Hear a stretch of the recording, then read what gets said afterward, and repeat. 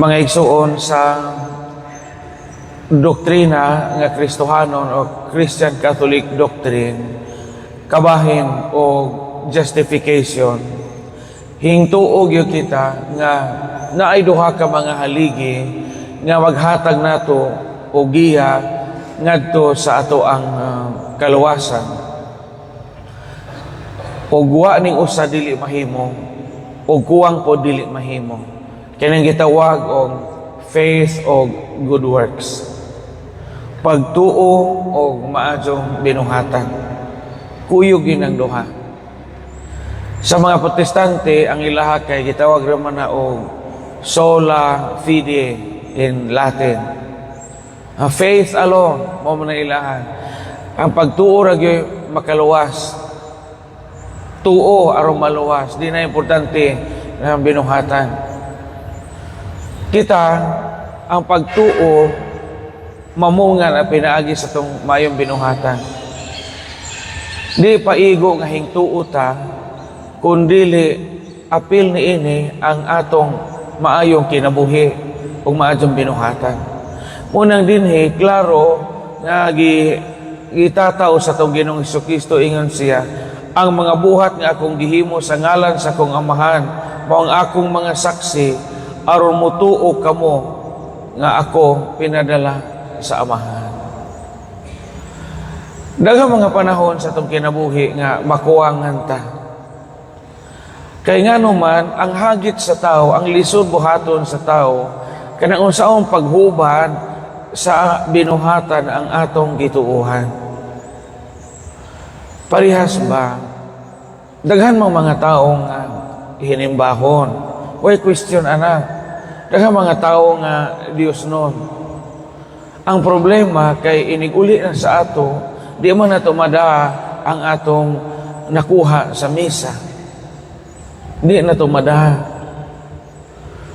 Pananglitan sa misa, giingnan ta nga ang kalinaw ihatag ko kaninyo, ang akong kalinaw ibilin ko kaninyo. So, gitawag kita sa Ginoo nga maganda sa iyang kalinaw. Pero lisod naman na abot sa ato o abot sa atong cluster, nanay atong gikabungong, mawa man ang maong kalinawa. Asa, lisod gani iling-ilingi ang simbahan, o ang atong gikatapad o misa, wa ta ilisi sa iyang baylo, wa ta bayri sa iyang utang. Uway question ang atong pagsimba. Ang question isang paghubad sa ato nakatunan gikan sa misa.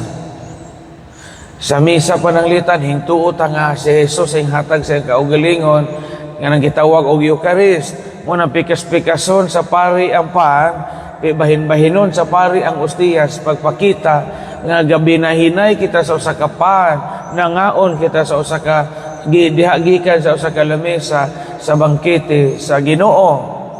Mao man ang tuyo anang liturgy of the Eucharist. So gipikas-pikas the breaking of the bread.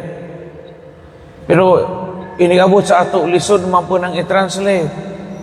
Kay lisod man nato hatagag bugas ang atong mga ugangan nga damo na ibuhat at ang mga binazi nga kusog manglibak nato ay haya makambuang nga kagatagan kanahong imo kung gidaot kanon wag ni kamutabang og palid, wag ni kamutabang og abis. So mawa ang koneksyon sa Eucharist sa simbahan o sa real life. Mawa siya.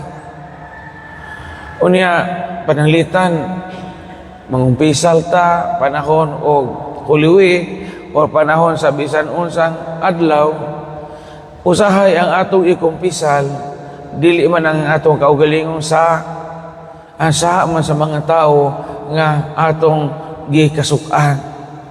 Daghang mangumpisal ingon ana, bendisyon ko padre kay ako nagkasala, matang ni humbana pa di lami apat jon. Kining humbana pa di lami bunawan.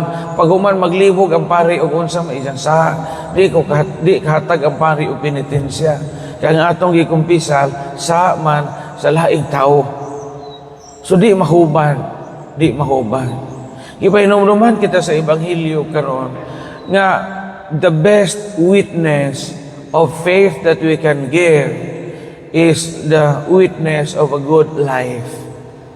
Si Jesus mismo gasulti ni ana, ang mga buhat nga akong gihimo sa ngalan sa akong amahan, mao nga akong mga saksi. Mga unsa may sukaranan o maminaw ta sa Ebanghelyo karon, unsa may sukaranan o sukdanan sa usa ka maayong kinabuhi. Kanusa man ta makaingon nga maayo tang Katoliko o maayo tang Kristiyano kung gakuyog ang atong maayong pagtuo o ang atong mga maayong binuhatan. Unsa maun man ato pagkaingon nga kining paria maayo nga pari. Dili lang ang pari nga maayo mo sulti. Dili lang ang pari nga maayo mo wali. Dili lang nga pari maayo katog kay maayo siya og project, maayo siya manulisit og fundraising. Dali sa makakitag kwarta. Ang importante nga ang iyang pagkapari mahubad sa mga maayong binuhatan. Mawad-an tag-usa, mapiang ang atong pagka-Kristiyano. Mawad-an ang usa ka pilar, ang usa ka haligi ni ana, di maayo ang atong pagka-Kristohano. Nya kita lig-o naman tag pagtuo kay bawat ani ana. Paningkamot nga makabuhat tag maayo sigon sa atong pagka-Kristohano. Og nanang dapita mahimo kitang saksi sa uban nga tinuod ay ang ato nga gituuhan, tinuod ay ang ato nga pagka-Katoliko. Amen.